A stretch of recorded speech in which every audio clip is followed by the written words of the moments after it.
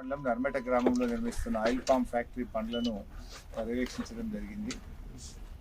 గత బీఆర్ఎస్ ప్రభుత్వ హయాంలో 300 కోట్ల రూపాయలతో ఇక్కడ ఆయిల్ పామ్ ఫ్యాక్టరీని నెలకొల్పడం జరిగింది. ఆనాటి ముఖ్యమంత్రి కేసీఆర్ గారు రాష్ట్రంలో రైతులకు మేలు జరగాలని, వ్యవసాయం లాభదాయకంగా ఉండాలని, రైతులందరినీ కూడా ఆయిల్ పామ్కు ప్రోత్సహించాలని రాష్ట్రం మొత్తం కూడా ఆయిల్ పామ్ జోన్లుగా విభజించి అన్ని జిల్లాలకు కూడా ఆయిల్ పామ్ ఫ్యాక్టరీలను మంజూరు చేయడం జరిగింది. దాంట్లో భాగంగా సిద్దిపేట జోన్కు సంబంధించి రాష్ట్ర ప్రభుత్వ సంస్థ ఆయిల్ ఫెడ్ కార్పొరేషన్ ద్వారా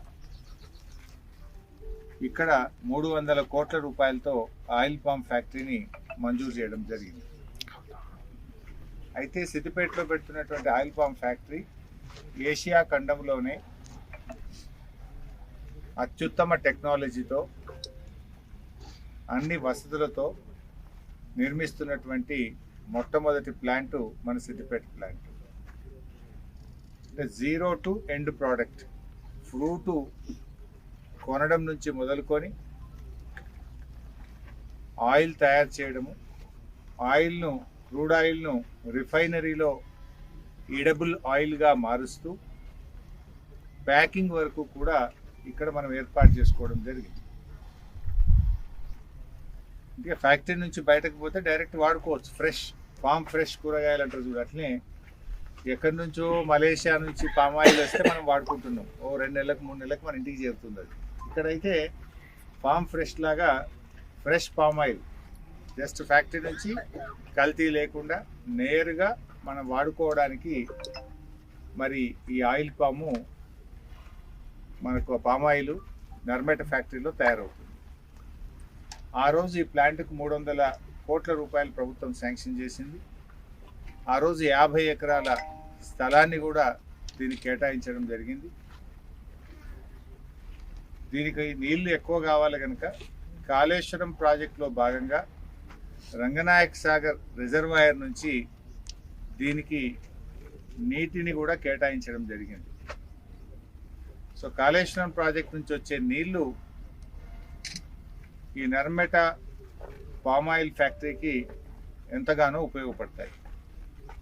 ప్రతి సంవత్సరం కాళేశ్వరం ప్రాజెక్ట్ నుంచి 10 కోట్ల లీటర్లను ఈ పామ్ ఆయిల్ ఫ్యాక్టరీకి అందజేయడం జరుగుతుంది. మనం ఇక్కడ స్టోరేజ్ సిస్టమ్ కూడా పెట్టుకున్నాం. కాలువ నీళ్ళు వచ్చినప్పుడు రంగనాయక్ సాగర్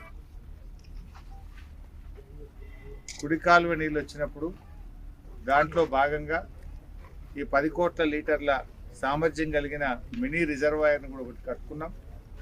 దాంట్లో నీళ్లు కూడా నిలుపుకోవడం జరుగుతుంది. సో ఇక్కడ ఈ ఫ్యాక్టరీ రావడం అంటే కాళేశ్వరం ప్రాజెక్టు వల్లనే ఈ ప్రాంతంలో పామ్ ఆయిల్ తోటలు రావడం జరిగింది. కాళేశ్వరం ప్రాజెక్టు వల్లనే ఇక్కడ ఆయిల్ పామ్ ఫ్యాక్టరీ రావడం జరుగుతూ ఉంది. అంటే ఆయిల్ పామ్ తోటలకు నీళ్ళు ఎక్కువ కావాలి, గాలిలో తేమ ఉండాలి. ఇలా ఆనాటి బీఆర్ఎస్ ప్రభుత్వం పెద్ద ఎత్తున వాగుల మీద చెక్ డ్యాములు కట్టడము, మిషన్ కాకతీయలో చెరువులు పునరుద్ధరించడము, కాళేశ్వరం ప్రాజెక్టుతో చెరువులను అనుసంధానించడము, కాళేశ్వరం ప్రాజెక్టుతో కాలువల ద్వారా రైతుల పంట పొలాలకు సాగునీరు అందించడం, ఇవన్నీ ఆ రోజు బీఆర్ఎస్ ప్రభుత్వం చేసింది కనుక ఈ కరువు ప్రాంతంలో తాగడానికి నీళ్లు దొరకని ఫ్లోరైడ్ ప్రాంతంలో ఇవాళ ఆయిల్ పామ్ పంటలు పండుతున్నాయంటే అది బీఆర్ఎస్ ప్రభుత్వము కేసీఆర్ గారు చేసిన కృషి. ఒకప్పుడు డెల్టా ప్రాంతంలో సముద్ర తీరానికి దగ్గర మాత్రమే ఈ ఆయిల్ పామ్ పంట పండేది. కానీ కేసీఆర్ గారు కృష్ణా గోదావరి జలాలను తెలంగాణ భూభాగం మీదకి మళ్లించడం, కాలువలకు చెరువులను అనుసంధానం చేయడం వల్ల తెలంగాణ ప్రాంతంలో గాలిలో తేమ శాతం పెరిగి ఈ రాష్ట్రమంతా కూడా పామాయిల్ పంటలకు అనువుగా మారింది. పామాయిల్ పండడానికి ఈ ప్రాంతం ఇలా సెలెక్ట్ అయింది. కేంద్ర ప్రభుత్వ బృందం కూడా వచ్చి మొత్తం ఇయర్ లాంగ్ స్టడీ చేసి గాలిలో తేమ శాతాన్ని కూడా గుర్తించి ఇక్కడ పామాయిల్ పంట పండుతుంది అని కేంద్ర వ్యవసాయ పరిశోధన బృందం సర్టిఫై చేసింది, నిర్ధారించింది. అందువల్ల రాష్ట్రం కూడా కేసీఆర్ గారు ముఖ్యంగా ఈ పామాయిల్ తోటలు పెరిగితే రైతుల ఆదాయం పెరుగుతుంది. ప్రభుత్వ ఉద్యోగులకు ఎట్లయితే నెల నెలా జీతం వస్తుందో పామాయిల్ పండించే రైతులకు కూడా ప్రతి నెల ప్రభుత్వ జీతగాళ్ళలాగా వీళ్ళకు కూడా డబ్బులు వస్తాయి. రైతుల జీవితాల్లో కొత్త వెలుతురు రావాలని కేసీఆర్ గారు పెద్ద ఎత్తున దీన్ని ప్రోత్సహించారు.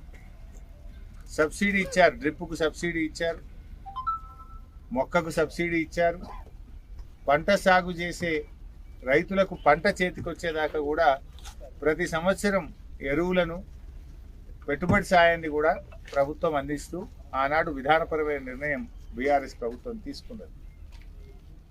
రాష్ట్ర వ్యాప్తంగా కూడా మరి అన్ని జిల్లాల్లో కూడా ప్రోత్సహించడం జరిగింది. కానీ ఈరోజు కొత్తగా వచ్చిన కాంగ్రెస్ ప్రభుత్వం దీన్ని నిర్లక్ష్యం చేస్తూ ఉంది. ఇప్పుడు దాదాపు 20 నెలలు అయింది ఈ ప్రభుత్వం వచ్చి. 20 నెలల్లో ఒక 1000 ఎకరాలు కూడా కొత్త ప్లాంటేషన్ జరగలేదు. ఆనాడు సిద్దిపేట జిల్లాలో బీఆర్ఎస్ ప్రభుత్వ హయాంలో దాదాపు 13,000 ఎకరాలు ప్లాంటేషన్ చేసినాం. 13,000 ఎకరాలు ప్లాంటేషన్ చేసినాం. ఆల్రెడీ నర్సరీలో మొక్కలు పెంచినాం. కానీ ప్రభుత్వం అసలు చొరవ లేదు, ఇంట్రెస్ట్ లేదు. కొత్తగా 1000 ఎకరాలు కూడా ఎక్కడ ప్లాంటేషన్ చేయలేదు. ఇప్పుడు రైతుల్లో మళ్ళా మొట్టమొదలు అప్పుడు 2021లో మేము పెట్టించిన రైతులకు ఇప్పుడు పంట చేతికి వచ్చింది. 3,000 ఎకరాల్లో ఈరోజు క్రాప్ కటింగ్ అవుతుంది. మొదటి సంవత్సరం పెట్టిన 3,000 ఎకరాల్లో ఇలా పంట చేతికి వస్తుంటే రైతుల్లో చాలా ఆనందంగా ఉన్నారు. ఇవాళ 8 ఎకరాలు ఉన్న రైతుకు నెలకు ₹1,00,000 వస్తున్నాయి. ఇది ఫస్ట్ క్రాప్. పోయినా కొద్ది ఇంకా బాగా పెరుగుతుంది. 6వ సంవత్సరం నుంచి బాగా పెరుగుతుంది. చాలామంది రైతులు చాలా సంతోషంగా ఉన్నారు. వాళ్ళు కూడా ఇంకా మిగతా భూమిని కూడా పెట్టుకుంటున్నారు. వాళ్ళని చూసి పక్క రైతులు కూడా పెట్టుకుంటున్నారు. కానీ ఈ ప్రభుత్వం చొరవ చూపట్లే. కాంగ్రెస్ ప్రభుత్వం ఆయిల్ పామ్ను ప్రోత్సహించడంలో ముందుకు పోవడం లేదు. సో రైతుల్ని బాగా ప్రోత్సహించాలి. వ్యవసాయ శాఖ, అదేవిధంగా హార్టికల్చర్ శాఖ ఇద్దరు కూడా రైతుల్ని బాగా మోటివేట్ చేసి ఇంకా పెద్ద ఎత్తున ఈ పంట సాగు చేసే విధంగా ప్రయత్నం చేయాలి. ఈ పంట సాగు చేయడం వల్ల రైతుకు ఆదాయం రావడమే కాదు, వాతావరణ సమతుల్యత ఏర్పడుతుంది, ప్రజలకు మంచి ఆక్సిజన్ అందుతుంది, వర్షాలు బాగా పడతాయి, కాలుష్యాన్ని నియంత్రించగలుగుతాం, ఈ ప్రాంతమే మారిపోతుంది బాగా. సో రైతుకు ముఖ్యంగా ఎక్కువ లాభం అవుతుంది. అందువల్ల బాగా ప్రయత్నం చేయాల్సినటువంటి అవసరం ఉంది. అయితే బీజేపీ ప్రభుత్వం ఎందుకో ఏమో ఈ దేశంలో రైతులంటే చిన్న చూపు బీజేపీకి. రైతుల పట్ల ఎప్పుడు కూడా బీజేపీ వ్యతిరేకంగానే ఉంటుంది. ఆనాడు 3 నల్ల చట్టాలు తెచ్చి రైతుల ఉసురు పోసుకున్నది. ఇవాళ ఎరువుల ధరలు పెంచారు. ముఖ్యంగా పామాయిల్ రైతులకు కూడా బీజేపీ ఇవాళ తీవ్రమైనటువంటి అన్యాయం చేస్తూ ఉంది. మొన్నటి వరకు దిగుమతి సుంకం ఉన్నటువంటి దాని మీద 10% తగ్గించారు. అంటే 27కి 17 చేసింది కదా. 27% ఉన్న దిగుమతి సుంకాన్ని 17% తగ్గించారు. ఇది ఎవరికి లాభము? కార్పొరేట్లకు లాభం, రిఫైనరీలకు లాభం.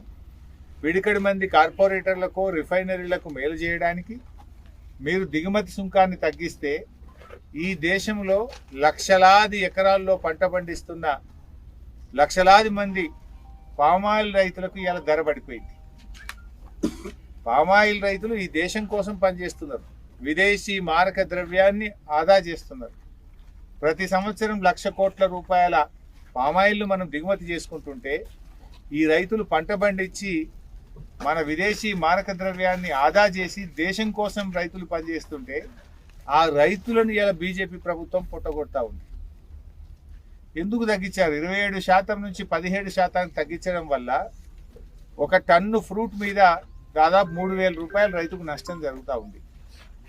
తక్షణమే తగ్గించినటువంటి సుంకాన్ని పెంచాలని, పూర్వస్థితికి తేవాలని బీఆర్ఎస్ పార్టీ తరఫున మేము డిమాండ్ చేస్తూ ఉన్నాం. గతంలో 27% దిగుమతి సుంకం ఉండేది, కానీ 17%కి తగ్గించారు. తిరిగి 27% చెయ్యండి, రైతుల్ని కాపాడండి. ఈ దేశం యొక్క విదేశీ మారక ద్రవ్య విలువలు పెరగాలంటే మన దేశంలో ఆయిల్ పామ్ సాగు పెరగాలి. మీరు రైతుని ప్రోత్సహిస్తారా, రైతును దెబ్బ కొడతారా? మీరు ఇలా పిడికెడు మంది కార్పొరేట్లకో రిఫైనరీలకు సాయం చేయడానికి, వాళ్ళ రిఫైనరీలు మూతపడ్డాయి, వాళ్ళ రిఫైనరీలు నడుస్తలేవు కనుక ఆ రిఫైనరీల ఒత్తిడికి తల ఒగ్గి ఇవాళ మీరు 27% నుంచి 17%కి ట్యాక్స్ తగ్గించారు. ఇది దుర్మార్గం. కోట్ల ఎకరాల్లో పంట పండుతుంది. అటువంటి రైతులకు మీరు ఈ రకంగా బీజేపీ ప్రభుత్వం అన్యాయం చేయొద్దని కూడా మేము కోరుతా ఉన్నాం. దీన్ని రివ్యూ చేయాలి. తక్షణమే దిగుమతి సుంకాన్ని పూర్వస్థితి 27%కి తేవాలని బీఆర్ఎస్ పార్టీ డిమాండ్ చేస్తుంది. ముఖ్యంగా ఈ ఫ్యాక్టరీలో ఇలా కాంగ్రెస్ ప్రభుత్వం కూడా ఆనాడు మేము అన్ని పెట్టాం. ఇక్కడ దాదాపు 4 మెగావాట్ల విద్యుత్ ఉత్పత్తి కేంద్రం కూడా పెట్టాం. అంటే ఈ కంపెనీ నడవడానికి అవసరమైన కరెంటు ఈ కంపెనీలోనే తయారవుతుంది. మనకు ఫ్రూట్ నుంచి వచ్చేటువంటి ఆ వేస్ట్ కానీ, అదేవిధంగా షెల్ నుంచి వచ్చేటువంటి వేస్ట్ కానీ, నట్ నుంచి వచ్చేటువంటి వేస్ట్ కానీ, ఇవన్నీ కూడా ఆ పిప్పి, మిగిలిపోయిన పిప్పి అంతా కూడా పండ్ల నుంచి కావచ్చు, దాని ట్రంక్ నుంచి కావచ్చు, ఆ నట్ పండు లోపల ఉండే నట్టును పగలగొట్టే తర్వాత వచ్చే షెల్ నుంచి కావచ్చు, దాంతో ఇక్కడ విద్యుత్ తయారవుతుంది. 4 మెగావాట్ల విద్యుత్ ఇక్కడనే తయారవుతుంది. దీనికి అవసరమైన కరెంట్ ఇక్కడే తయారై అది ఫ్యాక్టరీ వినియోగించుకుంటుంది. అది కూడా ఆ రోజు బీఆర్ఎస్ ప్రభుత్వంలో మంజూరు చేశాం. అయితే ఇప్పుడు రివ్యూ చేసిన దాన్ని బట్టి ఆగస్టు 2వ వారం కల్లా ఈ ఫ్యాక్టరీ పనిచేయడం ప్రారంభిస్తుంది. అంటే మరొక 40 డేస్, 35-40 రోజుల్లో ఈ ఫ్యాక్టరీలో ఉత్పత్తి ప్రారంభమవుతుంది. 40 రోజుల్లో ఎర్మెట్ ఆయిల్ పామ్ ఫ్యాక్టరీలో ఇక్కడి ఫ్రూట్ ఇక్కడనే బాయిల్ చేసి క్రూడ్ ఆయిల్ తయారైపోతుంది. ఇప్పటి వరకు వస్తున్న ఫ్రూట్ మన దగ్గర నుంచి ఖమ్మం జిల్లా అశ్వరావుపేటకు తీసుకుపోయి అక్కడ ఫ్యాక్టరీలో క్రూడ్ ఆయిల్ తయారు చేస్తూ ఉన్నారు. ఇంకో 40 రోజుల్లో ఈ ఫ్యాక్టరీ స్టార్ట్ అయిపోయి ఇక్కడ రైతులకు ఇక్కడే క్రూడ్ ఆయిల్ తయారవుతుంది. ఇక్కడనే మన ఫ్యాక్టరీ ప్రారంభం అవుతుంది. అయితే రైతులకు వీళ్ళు ట్రాన్స్పోర్ట్ డబ్బులు ఇవ్వడం లేదు. నేను ఇప్పుడే ఎండి గారితో, కమిషనర్ గారితో కూడా మాట్లాడాను, జిఎం గారితో కూడా మాట్లాడాను. 0 to 15 కిలోమీటర్స్ వరకు 370 రూపాయలు ట్రాన్స్పోర్ట్ ఛార్జీ, ప్రతి టన్నుకు 370 రూపాయలు ఇవ్వాలి రైతులకు. కానీ ఇక్కడ రైతులకు ఇవ్వడం లేదు.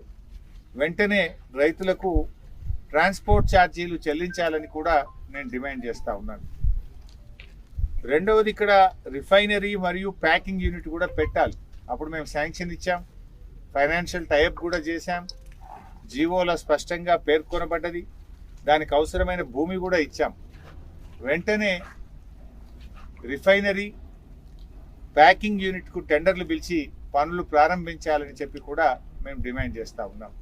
ఎందుకంటే ఆ రోజు ఫుల్ ఫ్లెజ్డ్ యూనిట్ ఇప్పటి వరకు మన స్టేట్లో లేదు. అశ్వరావుపేటలో ఉన్నది కూడా క్రూడ్ ఆయిల్ వరకే తయారవుతుంది. తర్వాత ప్రైవేట్ కంపెనీలు తీసుకుపోయి ప్రైవేట్ రిఫైనరీల్లో రిఫైన్ చేసి వాళ్ళు ప్యాకింగ్ చేసి అమ్ముకుంటా ఉన్నారు. దాని ద్వారా రాష్ట్రానికి కూడా నష్టం, రైతులకు కూడా నష్టం జరుగుతూ ఉంది. సో ఇక్కడనే మనము రిఫైనరీ ప్యాకింగ్ యూనిట్ జరిగితే ఆయిల్ ఫెడ్ యొక్క ఆదాయం పెరుగుతుంది, లాభాలు పెరుగుతాయి. తద్వారా ఆ లాభాలు తిరిగి రైతులకే చెందుతాయి. రైతుల యొక్క రేటు పెరుగుతుంది, పర్ టన్ను రైతులకు వచ్చే ధర కూడా పెరిగేటువంటి అవకాశం ఉంటుంది. అందువల్ల మరి ఆ రోజు కేసీఆర్ గారు, బీఆర్ఎస్ ప్రభుత్వం ముందు చూపుతోని ఇక్కడ ఫుల్ ఫ్లెజ్డ్, అంటే దీనికి అవసరమైన కరెంట్ ఇక్కడనే, రిఫైనరీ ఇక్కడనే, ప్యాకింగ్ యూనిట్ ఇక్కడనే. అంటే పండు లోపలికి వచ్చిందంటే వంట వండడానికి సిద్ధమయ్యే నూనె ఫ్యాక్టరీ నుంచి బయటకు వెళ్ళాలి. అలాంటి ఫుల్ ఫ్లెజ్ యూనిట్ ఇక్కడ పెట్టాం. ఇప్పటివరకు మన రాష్ట్రంలో లేదు, మన దేశంలో కూడా ఇంత గొప్ప టెక్నాలజీతోని భారతదేశంలో ఎక్కడ లేనటువంటి ఫ్యాక్టరీని ఆ రోజు కేసీఆర్ గారు నర్మెట్టలో దీన్ని మంజూరు చేశారు. మరి దాంట్లో ఇప్పుడు ఆల్మోస్ట్ ఇవన్నీ పనులు అప్పుడే ప్రారంభమై దాదాపు 50-60%, 70% పూర్తయినాయి.